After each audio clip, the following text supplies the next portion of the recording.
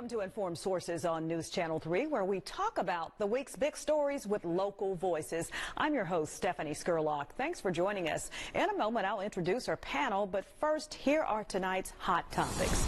The city of Memphis makes history by electing the first female majority city council for the first time ever. There will be more women than men on the city's governing body. We'll talk with two of the new female council members about their plans for the next 4 years. We'll also discuss a proposal that would give incoming Mayor Paul Young a bigger salary than his predecessor, Jim Strickland. We'll tell you how big the proposed raise is and why some city council members want to change the way pay raises are approved by the city. And Memphis police are getting some relief as they work to lower the city's high crime rate.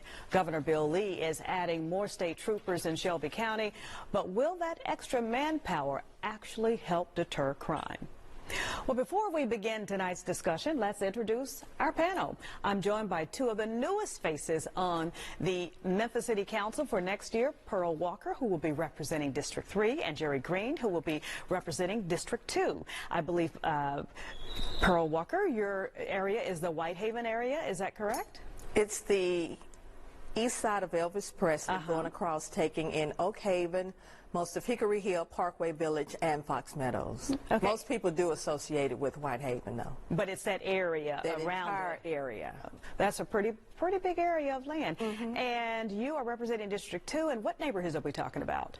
South Cordova, far east Memphis, and parts of Hickory Hill. Okay. Well, we want to start by asking, I guess one of the obvious questions would be, what motivated you to run for office, and how does it feel to be part of this historic council that has a female majority? We'll start with you.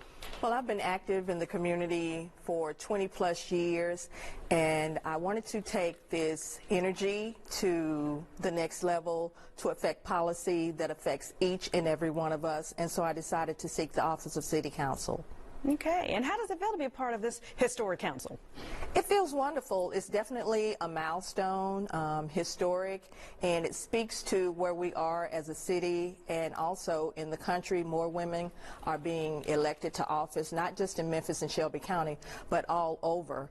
And it feels really good to be a part of this. It speaks to the diversity that the city is embracing. So we have the diversity with respect to race and ethnicity, and also now with gender.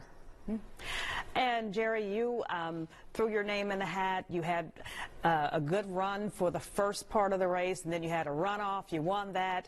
What was it that motivated you that said, hey, I want to do this. I want to run for office. I want to represent these people? Well, I tell people I do have special interests. They are my children. Their names are Bo, Vivian, and Wilder. They're my 3 special interests. And so because I care about them, I care about our community. I care about Memphis being better now and in the future. If you name a topic, if it is improving the environment, if it is gun safety, I care about it because I care about my kids and I care about their future. They are my legacy. And so on the days when it was hard, when it was a runoff and it was very long, you know, I just kept that in focus in my mind to say, I'm doing this for them. Yeah.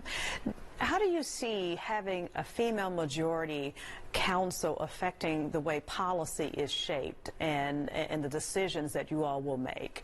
Well, I think it is very important to have women's voices at the table, and I do think we bring a different and special perspective to policies.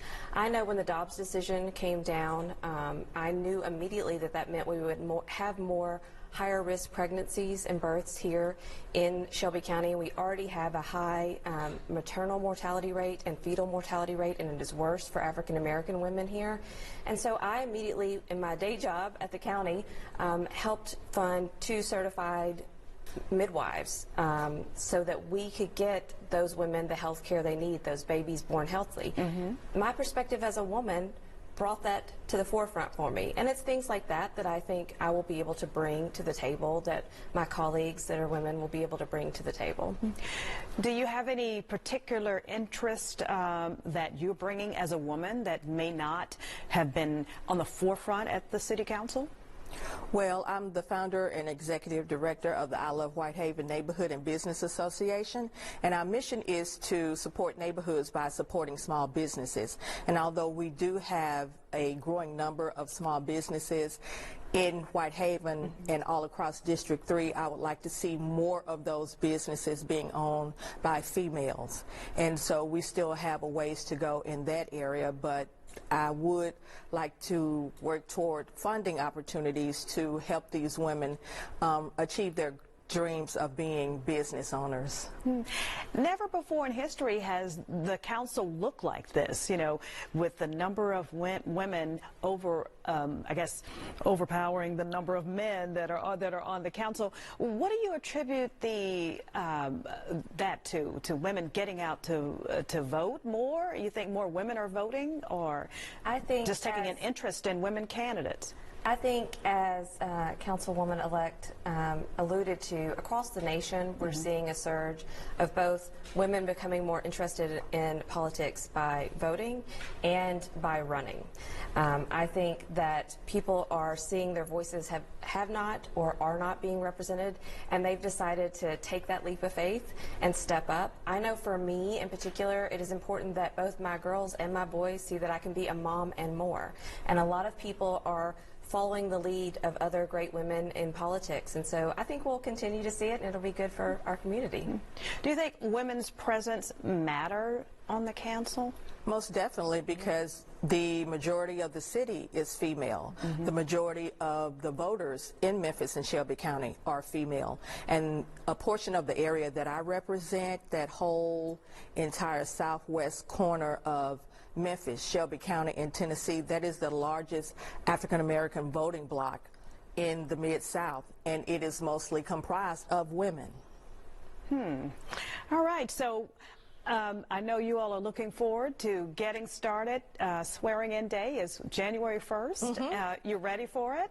Absolutely. Absolutely. We're ready to get to work. That's what, you know, I think women and mothers, they know how to get to work and juggle a lot of things, and we're ready to do it. Yes. All right.